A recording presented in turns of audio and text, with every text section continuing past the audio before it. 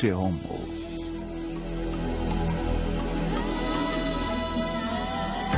Distribuição Sinapse.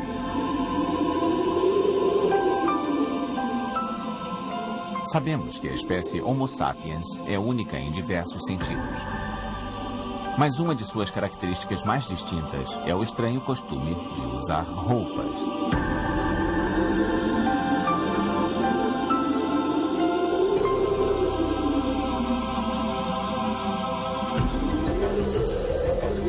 Moda e vestuário. Versão brasileira. Áudio News. É claro, somos a única espécie da natureza desprovida de plumagem ou escamas.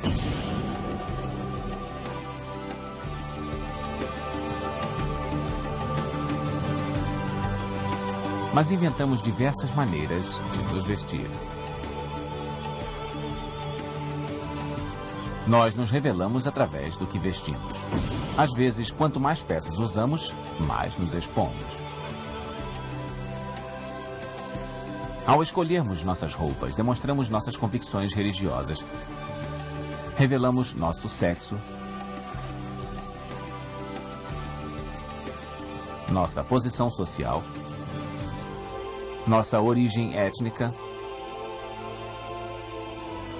nossa profissão,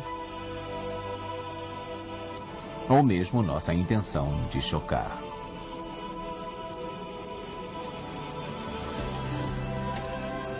As roupas indicam nossa individualidade, nosso desejo de agradar e, às vezes, nossa originalidade.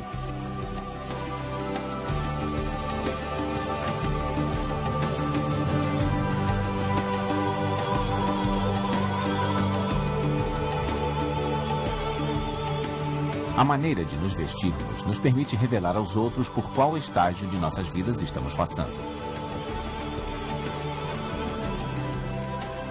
O vestuário é parte de nossa identidade, e despir uma pessoa de suas roupas significa despi-la de sua dignidade.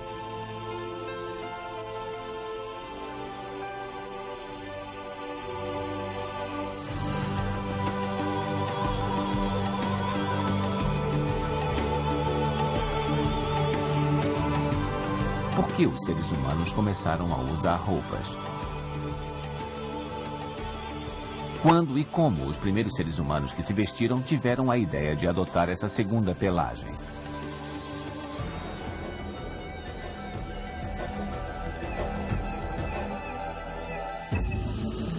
Proteção ou sedução?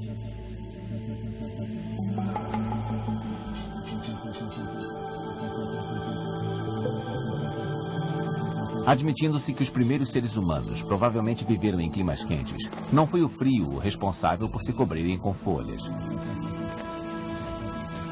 Teria sido então por pudor?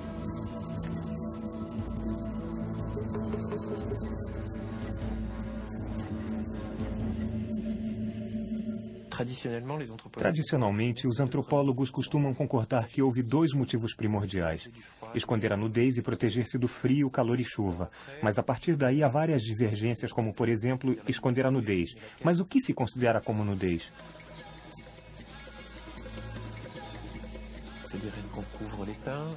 Devemos cobrir os seios, as genitálias, as nádegas?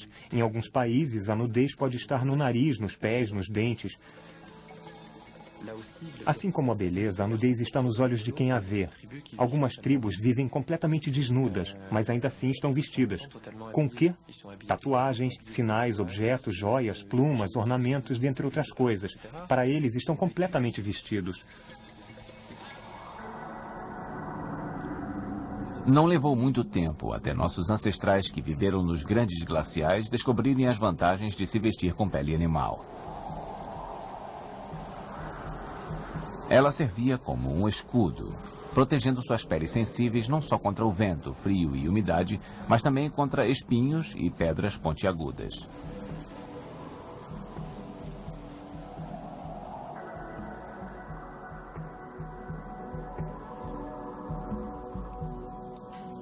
Podemos dizer que os seres humanos começaram a se vestir 600 mil anos antes de Cristo, praticamente junto com o aparecimento do Homo sapiens.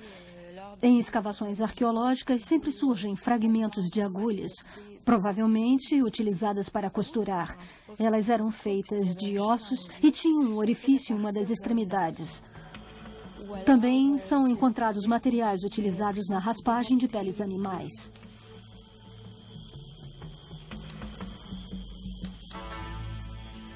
Há mais de 10.000 anos, os camponeses da Mesopotâmia descobriram a arte da tecelagem da lã.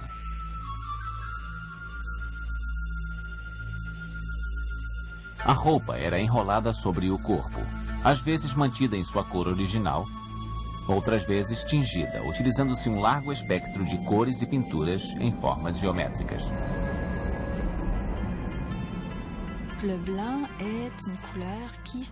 A cor branca simbolizava a pureza entre os egípcios. Para eles, a fibra que melhor representava a sensação de pureza era o linho. O linho clareia-se naturalmente sob a luz do sol. De acordo com a ideologia egípcia, o sol era considerado como um deus e purificava o tom bege do linho, tornando-o branco.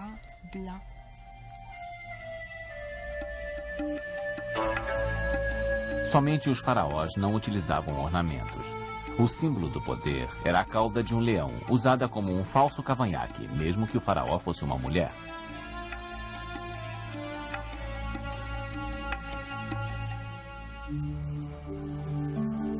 Para os romanos, a cor de significado especial era o vermelho. O vermelho é associado ao calor. É uma das cores primárias que não possui variáveis antropológicas, seja qual for a cultura. Geralmente, o vermelho relaciona-se ao calor, à força e à vida, ou seja, é a cor do poder. Para os romanos, a roupa sempre teve grande significado. Quando um senador envolvia sua mão com um pedaço de sua toga, queria demonstrar que estava se preparando para um discurso de grande relevância. Os magistrados utilizavam as mangas de suas vestes para realçar sua autoridade no tribunal.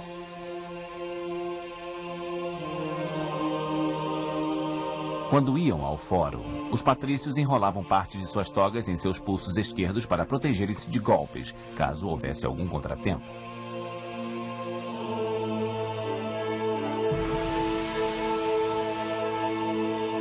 As roupas sem corte sempre foram encontradas em regiões quentes, até mesmo em climas temperados.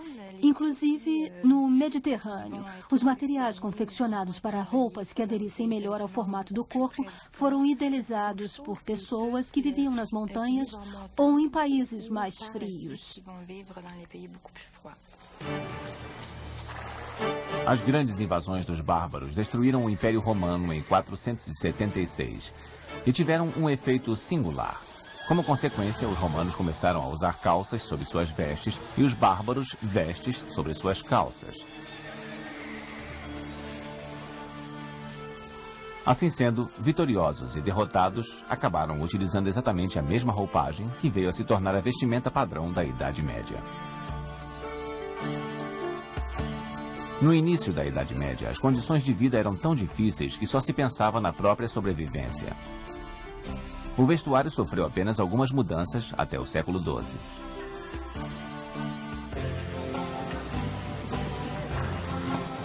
Então, os expedicionários enviados para reconquistar Jerusalém retornaram do Oriente Médio. Eles descobriram uma coisa que não puderam esquecer: um estilo de vida mais refinado e agradável. Foi o início da nobreza, da elegância. Idealizou-se um novo padrão feminino e as roupas começaram a realçar a silhueta da mulher.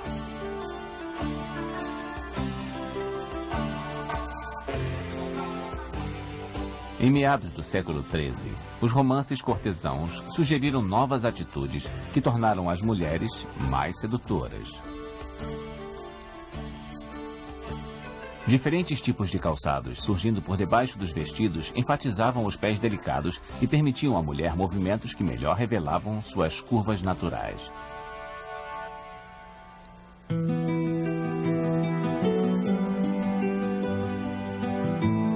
Para tornar-se um valioso objeto de sedução, a mulher deveria ser virtuosa. Botões abotoando suas mangas era algo duvidoso. Significava que ela poderia despir-se com uma rapidez um tanto suspeita. Seria mais apropriado que os botões fossem costurados, de tal forma que se precisasse descosturá-los sempre ao vestir-se ou despir-se.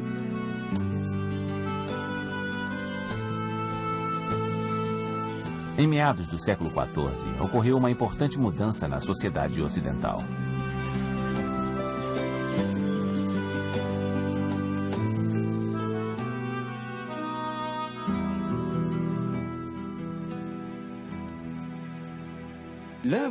A moda foi inventada. Foi realmente uma grande invenção, tendo contribuído para algo inteiramente novo e diferente.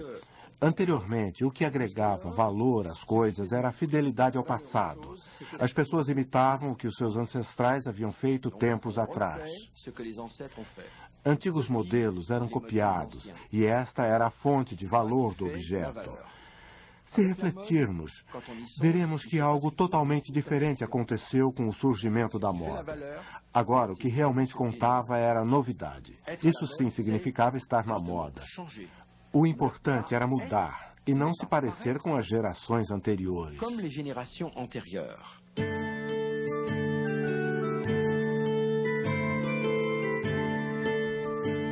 O vestuário evoluiu de maneira ainda mais rápida com o surgimento de novas técnicas que facilitaram a produção de aviamentos. Os artesãos de cidades europeias desenvolveram certas especialidades. Bruges, por exemplo, tornou-se o centro dos rendados. Pela primeira vez podíamos ver a diferença entre o vestuário masculino e feminino. Os homens usavam calças justas, precursoras das calças usadas atualmente, e as mulheres usavam vestidos longos, mas que ainda revelavam seus corpos.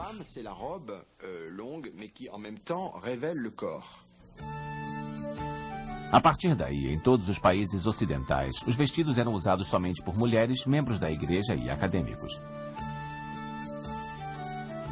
As calças, que permitiam liberdade de movimentos, tornaram-se símbolo exclusivo da autoridade masculina. Acessórios típicos marcaram esse primeiro período da moda.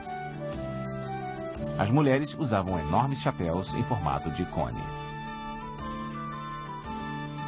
Os homens ainda usavam meias e calções, mas agora por uma questão de pudor, costurados em uma forquilha, sendo que as meias terminavam em um longo e pontudo sapato. Na tentativa de distinguir as diferentes classes sociais, o comprimento das pontas dos sapatos era rigorosamente regulado. 2,5 vezes o comprimento do pé para os duques, 1,5 vezes para cavaleiros e apenas metade a mais para os homens comuns.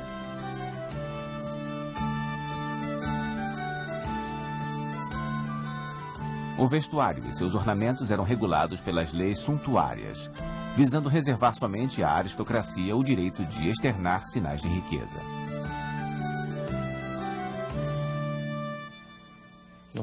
As leis pretendiam impedir que algumas pessoas usassem ouro, prata, seda, determinados casacos de pele, etc.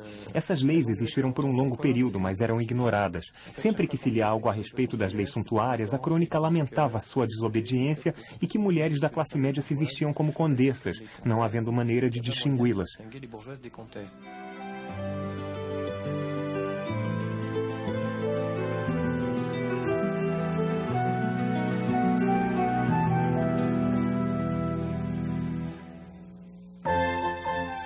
A ditadura da moda.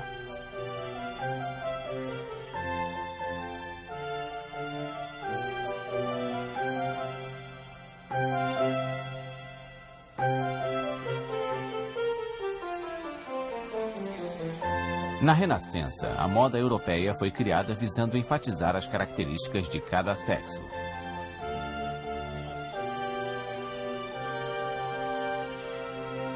Os ombros das roupas masculinas tornaram-se exageradamente largos. E a avantajada proteção na região genital enfatizava a virilidade. A silhueta mais desejada nas mulheres era semelhante ao formato de um violão, comprimida na cintura. Isso deu origem ao corpete, precursor do espartilho, responsável por reduzir a cintura das mulheres nos últimos 400 anos.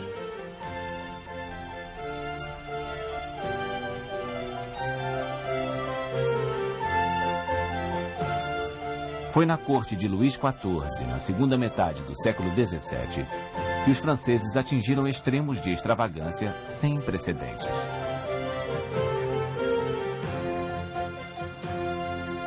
Luís XIV utilizava a moda para fins políticos, para introduzir sua aristocracia, que naquela época era um tanto irreverente. A superioridade de Luís XIV era estabelecida através da moda e o prestígio da nação se baseava na aparência. Luís XIV parece ter sido o único monarca a assimilar que a aparência podia ser usada para transformar a sociedade.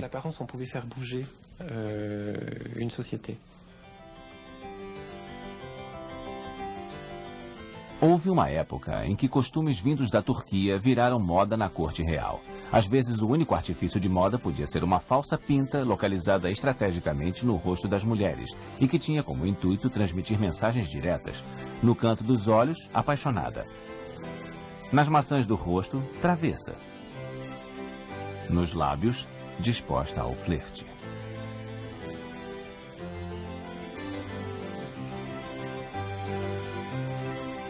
Sempre que alguma peça do vestuário agradava ao rei, as cortesãs prontamente a adotavam. Foi o que escreveu a princesa Palatina em sua carta datada de 14 de dezembro de 1676. A cada dia que passa, maiores são os favores que o rei me oferece.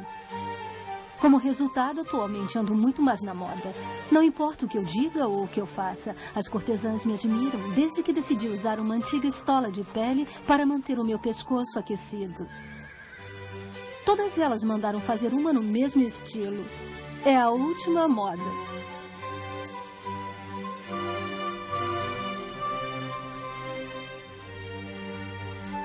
No reinado de Luís XV, as armações criadas para dar volume lateral às saias tornaram-se tão grandes que as mulheres mal passavam pelos portais ou dividiam o mesmo sofá.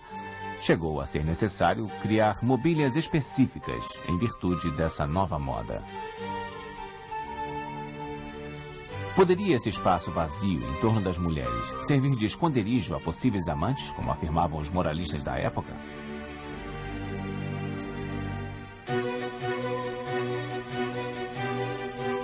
No século XVIII, na corte de Luís XVI, os penteados eram tão altos que a boca da mulher encontrava-se à mesma distância de seus pés e do topo do penteado.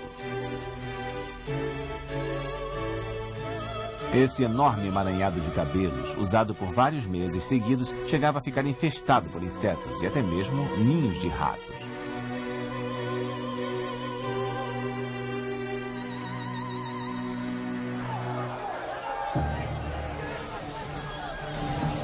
O advento da Revolução Francesa deu fim a todos esses excessos no vestuário. Tornou-se atitude suicida ostentar status de nobreza. O melhor era vestir-se de maneira bem simples para evitar a guilhotina.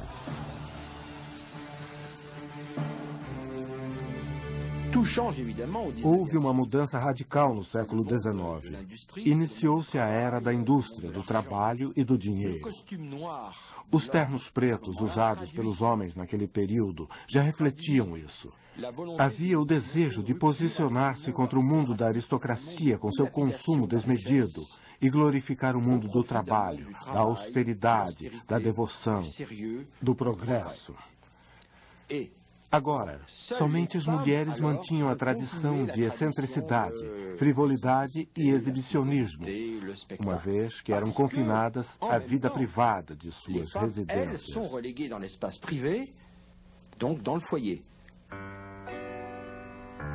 Na verdade, a ociosidade de uma mulher era proporcional ao sucesso de seu marido. A cutis ligeiramente pálida, sinalizando sua inatividade, tornou-se algo tão elegante que algumas senhoras das classes média e alta chegavam a beber vinagre antes de uma festa para obter um aspecto doentio.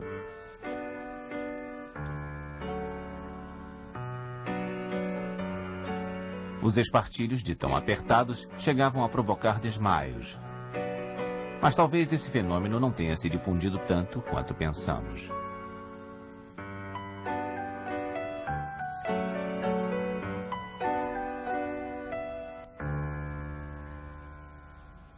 Gostaria de ganhar $1 por pessoa que diz: lembra-se de Scarlett O'Hara, espremida naquele espartilho? A maioria de nós não precisa fazer isso. Após as modificações feitas em meados do século passado, os espartilhos tinham que ser amarrados pelas costas por uma criada ou pela irmã, mas na maioria das vezes era apenas afrouxado pela frente ao deitar-se e reapertado na manhã seguinte. Para definir melhor a cintura, as saias tornaram-se exageradamente volumosas, auxiliadas ainda por uma nova invenção, as anáguas. A maioria das mulheres ocidentais nunca havia usado roupas de baixo. Em meados do século XIX, os salões de baile tinham que afixar um aviso proibindo senhoras desprovidas de pantalonas de levantarem suas pernas acima da cintura. Em 1858, houve em Paris um importante evento no mundo da moda. O inglês Charles Frederick Worth abriu o primeiro ateliê de alta costura. Worth foi a primeira pessoa a idealizar a moda prêt-à-porter. Ao contrário da tradição, quando as mulheres iam aos seus costureiros com seus próprios materiais e utensílios e os dois decidiam juntos como seria o modelo, elas agora iam ao ateliê de Worth e escolhiam dentre vários modelos prontos aquele de que mais gostavam. Então, o modelo era feito sob medida para elas. Com isso, Worth estabeleceu algo novo na moda. A partir daí, costureiros e alfaiates deixaram de ser meros fornecedores. Tornaram-se também artistas, lançando moda e criando novos estilos.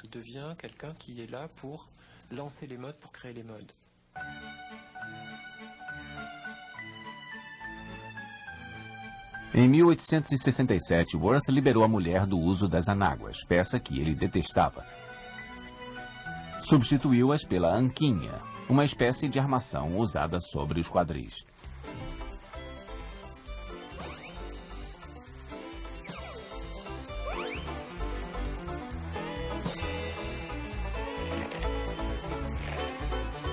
No início do século XX, as mulheres substituíram o espartilho por peças que permitiam maior liberdade de movimentos.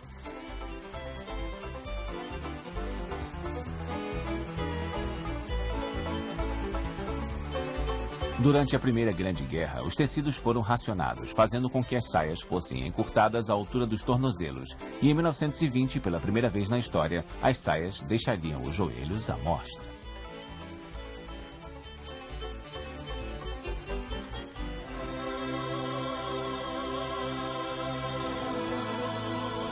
O ateliê de Gabrielle Chanel foi o símbolo clássico de um novo estilo de moda para as mulheres modernas.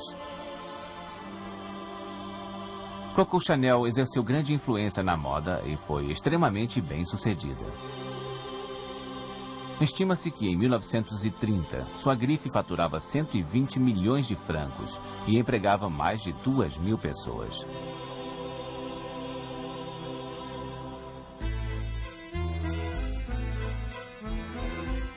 Durante a Segunda Grande Guerra, várias mulheres que contribuíram ativamente na guerra começaram a usar calças. Mas logo após o seu término, elas quiseram esquecer os tempos de privação e retornar à elegância.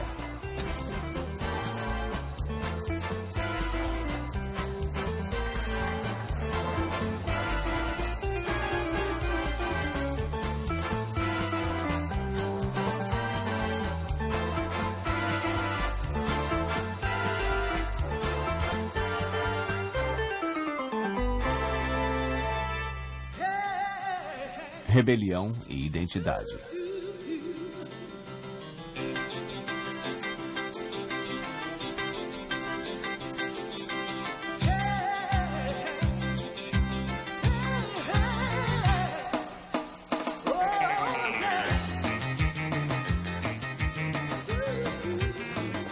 Após o uso de calças, a nova revolução na moda feminina foi a mini saia, surgida nos anos 60. Apesar de ter sido adotada por várias mulheres, a minissaia causou muita polêmica. Repórteres corriam atrás de celebridades capazes de usar saias às vezes 3 centímetros mais curtas e publicavam fotografias de Jacqueline Kennedy com os joelhos à mostra. Em Londres, as saias tornaram-se curtas rapidamente, enquanto que nos Estados Unidos elas foram adotadas num ritmo mais lento. E, pouco a pouco, adultos e até avós começaram a encurtá-las.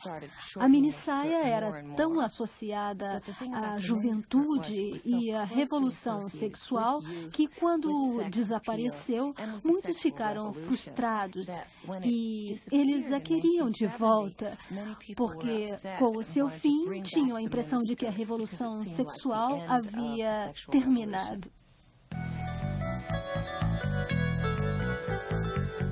Durante os anos 60, a geração pós-guerra atingiu a adolescência e se rebelou contra o autoritarismo e o conformismo.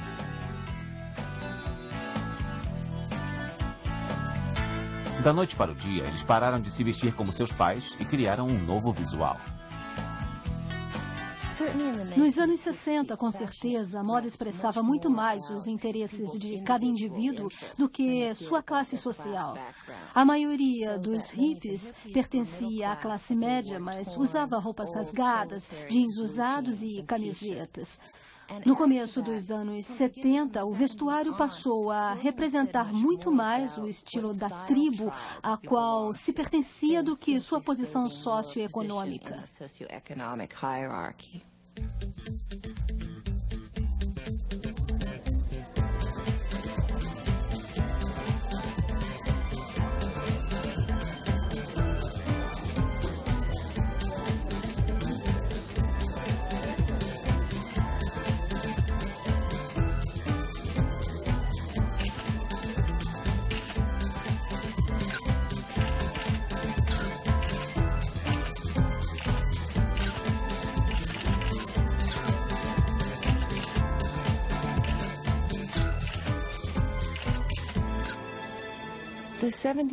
Os anos 70 foram chamados de década do mau gosto.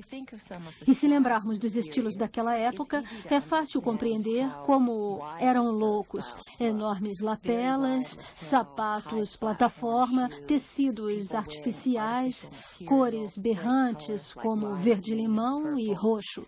Os estilos eram os mais loucos possíveis, pois havia uma espécie de rebelião contra a arbitrariedade da moda. O vestuário muda a imagem do corpo. Ele o torna o centro das atenções. As ombreiras usadas nos anos 80, por exemplo, davam a impressão de força, poder e autoafirmação.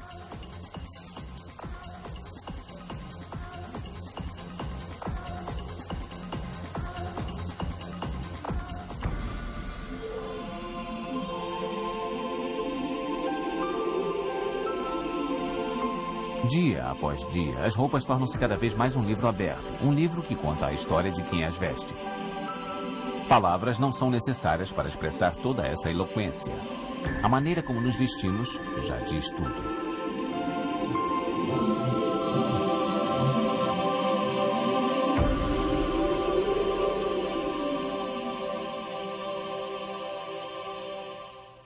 Na verdade, vestir-se compreende todos os 5 sentidos do corpo, porque envolve o perfume que usamos e pode envolver também o som. Muitas das texturas que vestimos produzem som ao caminharmos. As joias que usamos produzem som. Esses são apenas alguns exemplos de artigos que costumamos usar, dentre outras coisas que fazemos para modificar nossos corpos.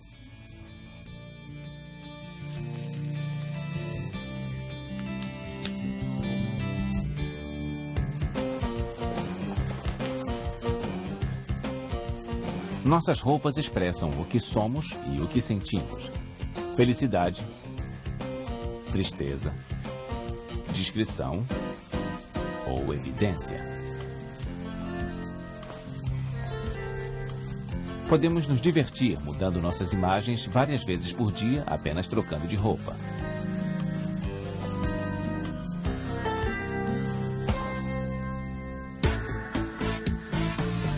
A roupa também pode representar sinal de protesto.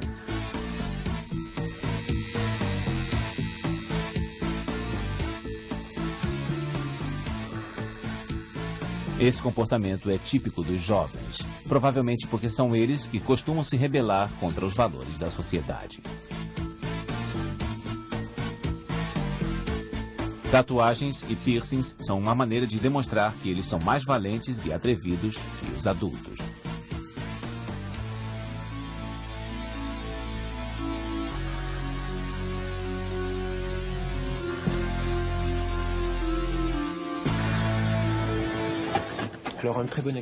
Eis aqui um excelente exemplo disso. Existe um segmento da população, particularmente entre jovens norte-americanos, que usam roupas muito largas. Segundo parece, uma das explicações plausíveis seria que, quando alguém ia para a prisão nos Estados Unidos, tomavam-lhe o cinto. Quando libertado, suas calças haviam ficado muito largas, pois perdia-se muito peso na prisão e então elas escorregavam e arrastavam no chão. O gancho ficava mais abaixo. Parece que esse fenômeno da moda, o jeans que vemos pelas ruas, quer dizer: pertenço ao gueto, sou de uma vizinhança barra pesada e sou barra pesada também.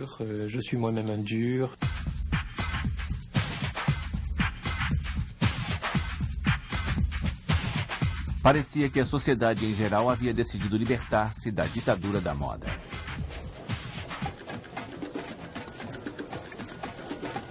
Os tempos em que o corte de uma calça ou a altura dos saltos de um sapato deveriam ser exatamente o imposto pela moda passaram.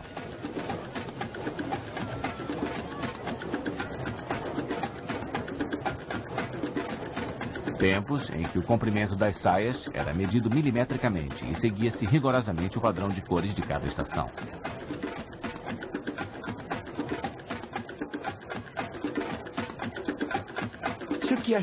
Essa é a mudança fundamental. A moda não pode mais impor padrões como fazia no passado. Atualmente, as mulheres adotam a moda somente quando lhes agrada ou lhes cai bem. E podem escolher entre diversos estilos. Et elles choisissent entre des modes diverses.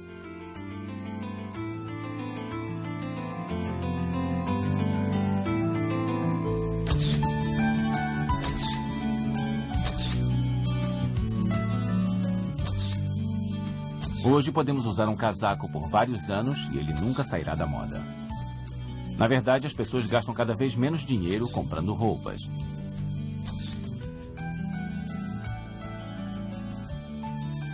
O motivo que realmente conta se restringe a parecer-se jovem.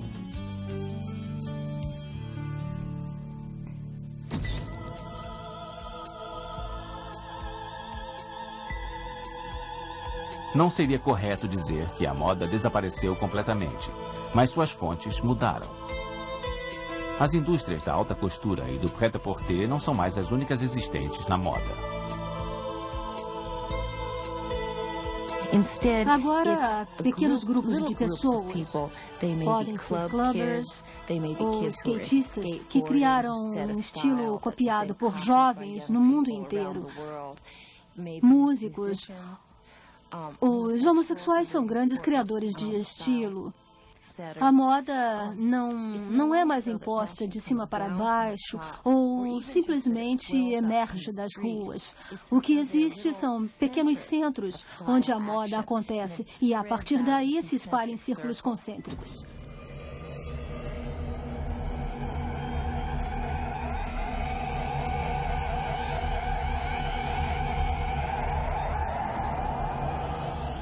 Veja, por exemplo, os skatistas. Em determinadas cidades, serão eles os criadores de uma nova tendência.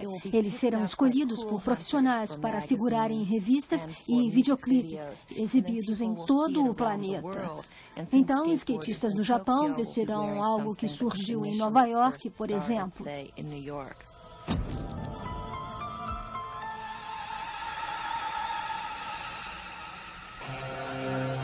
Vestuário mundial.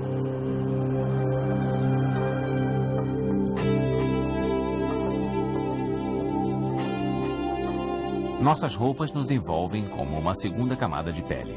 Elas adquirem nosso cheiro, são moldadas pelo formato de nossos corpos. Existem marcas relativas à atividade que praticamos. A roupa está intrinsecamente ligada ao que somos. E também revela a que grupo cultural pertencemos. Às vezes, essa é sua principal função.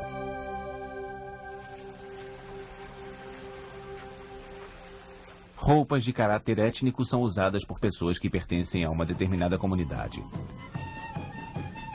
Elas servem para identificar seus integrantes, fortalecer a coesão social e demonstrar seus valores.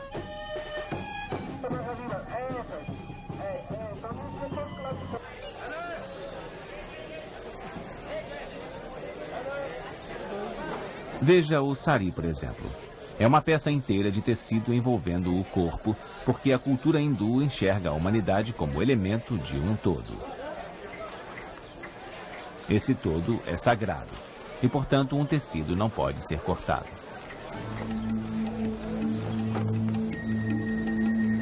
Nos países muçulmanos, a mulher não deve mostrar seu corpo a ninguém, a não ser ao marido. Por isso, deve usar roupas largas, escondendo-o dos outros. Ela também deve cobrir seus cabelos, pois eles possuem uma conotação sexual naqueles países.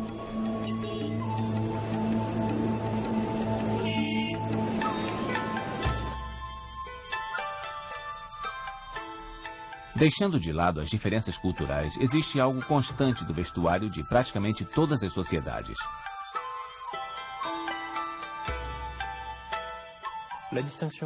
Há sempre uma distinção entre o vestuário masculino e feminino onde quer que seja, não importa em que proporções. Às vezes, por exemplo, a mesma peça é vestida diferentemente por homens e mulheres. Certas tribos da Lapônia, por exemplo, usam exatamente a mesma roupa. Ela é metade azul, metade vermelha. Para os homens, a parte de baixo é azul e a de cima vermelha, e para as mulheres o inverso. Às vezes, as diferenças são tênues, mas sejam elas quais forem, sempre existem.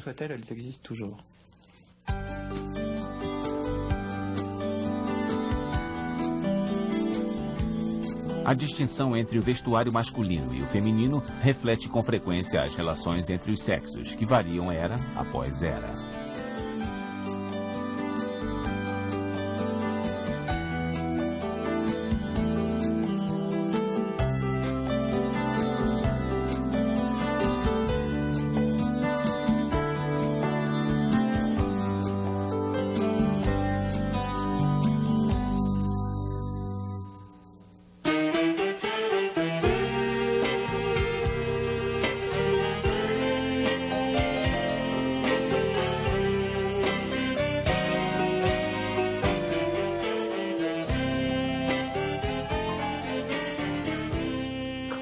Roupas de couro, saltos enormes, peças íntimas com apelo fetichista, corpetes, que há 30 anos eram vistos somente como pornografia, hoje aparecem cada vez mais nas passarelas, casas noturnas e até nas ruas.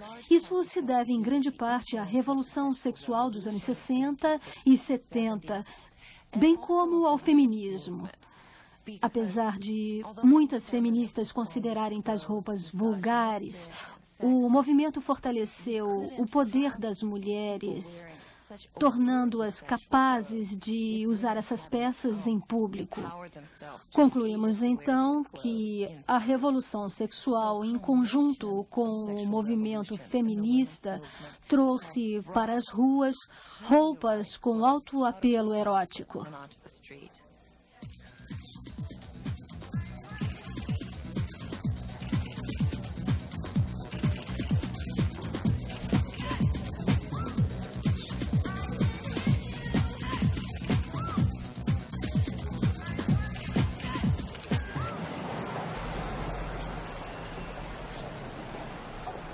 O vestuário varia de acordo com os valores de cada sociedade. Mas podemos notar que a moda ocidental se difunde cada vez mais ao redor do mundo.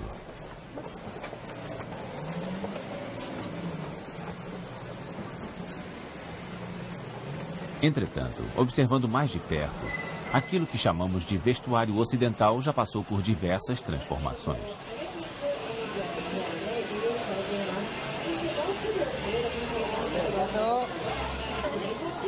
Contudo, temos que ter cautela com a definição de vestuário ocidental.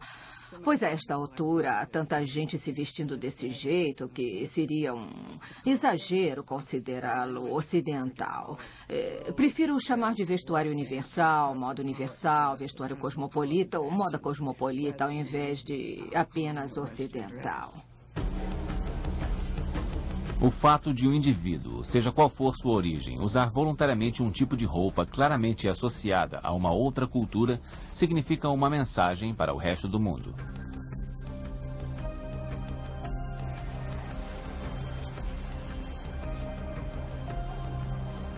Por exemplo, onde quer que você esteja, um terno será sempre associado à política ou a negócios. No decorrer da história, a miscigenação entre os povos sempre influenciou na evolução do vestuário. O vestuário chinês, por exemplo, é uma criação híbrida do século XX, mesclando as influências chinesa, manchu e europeia.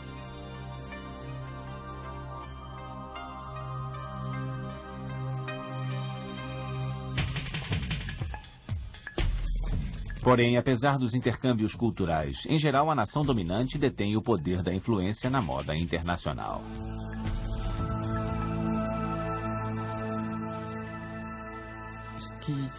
A influência mundial dominante no decorrer da segunda metade do século XX vem da América do Norte, liderada pelos Estados Unidos. Portanto, o estilo de vida americano é o estilo de vida universal, e a peça de roupa que simboliza os Estados Unidos, o jeans, tornou-se símbolo internacional.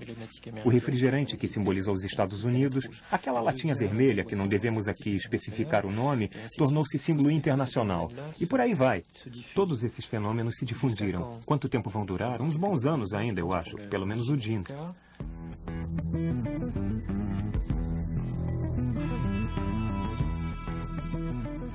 Forçados a encarar o jeans como detentor do título de roupa universal, alguns recusam-se veementemente a aceitá-lo como padrão mundial, que elimina características individuais.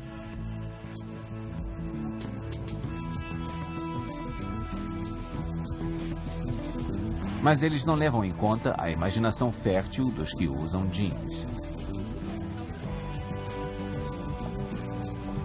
Mais importante que a cultura a que pertencem, para algumas pessoas, vestir-se é uma arte praticada com mais prazer do que qualquer outra coisa.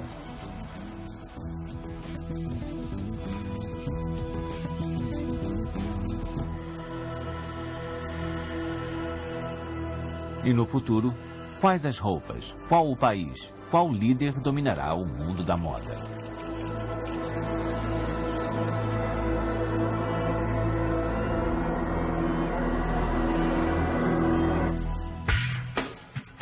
A explosão da moda.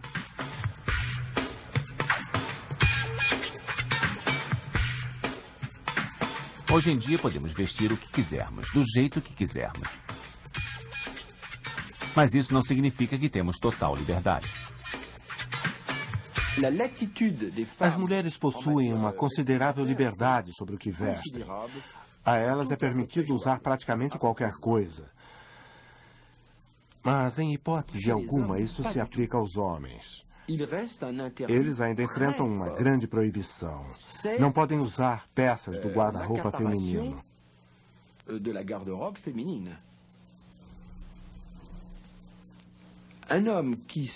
Um homem trajando um vestido é imediatamente considerado transexual ou travesti.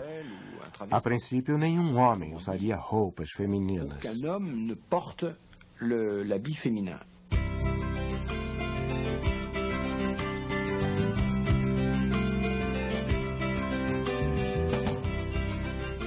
Num futuro próximo, em momento algum, um rapaz será capaz de insinuar-se às mulheres usando uma minissaia, com suas pernas à mostra.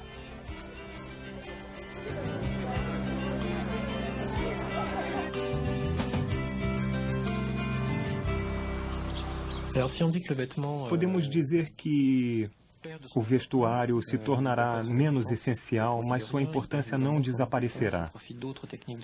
As roupas serão substituídas por outras técnicas de aparência física. Técnicas para remodelar o corpo. Estou convencido de que, nos próximos anos, grande parte da população não demonstrará qualquer interesse no vestuário. Eles estarão concentrados em outras coisas, como a forma de seus corpos.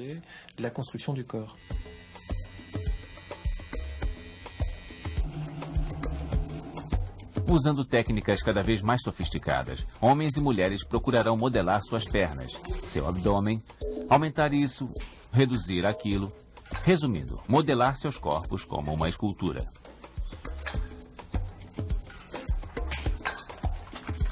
As roupas não mais tentarão esconder hipocritamente as imperfeições da silhueta, mas sim revelar o corpo ideal.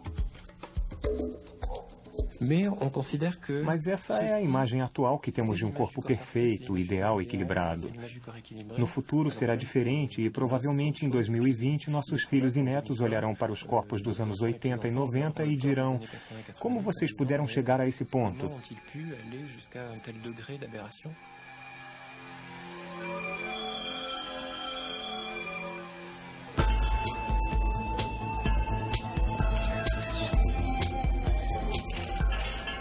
As pessoas vêm prevendo o fim da alta costura há bastante tempo. Mas ainda são os estilistas os responsáveis por impulsionar, dar prestígio e inovar as criações.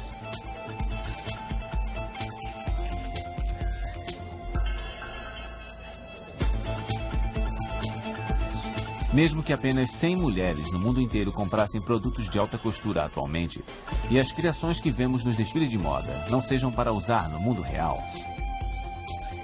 a indústria da moda proporciona uma publicidade incrível aos produtos que levam a assinatura de um estilista famoso.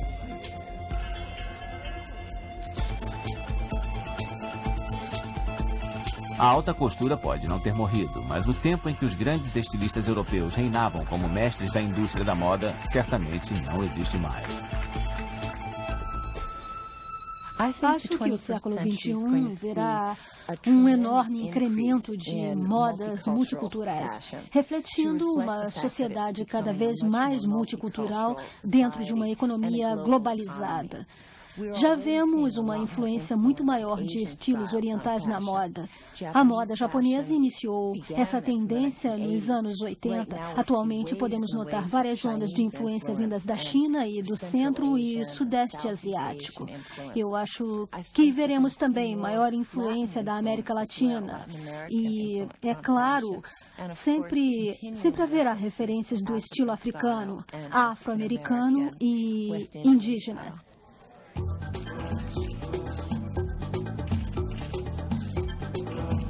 Atualmente, testemunhamos uma diversificação, uma explosão de estilos que vão ao encontro de critérios culturais, preferências e identidade.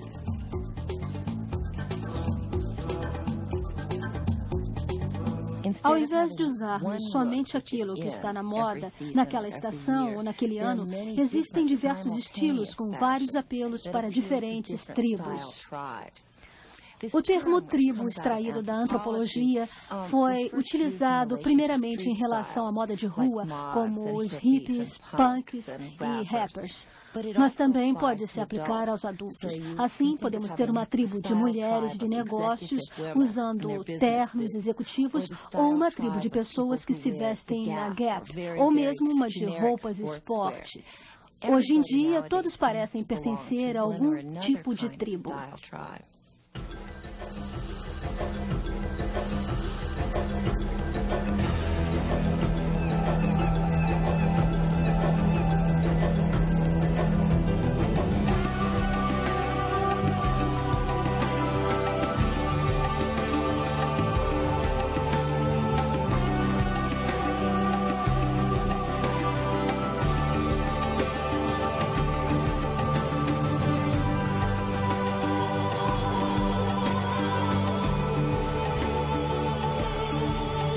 Uma coisa é certa. Podemos apostar que daqui a 100 anos, a humanidade ainda estará se vestindo sob uma mesma perspectiva. Em parte para proteger-se, em parte pelo pudor, em parte para mostrar quem é e, sobretudo, para agradar.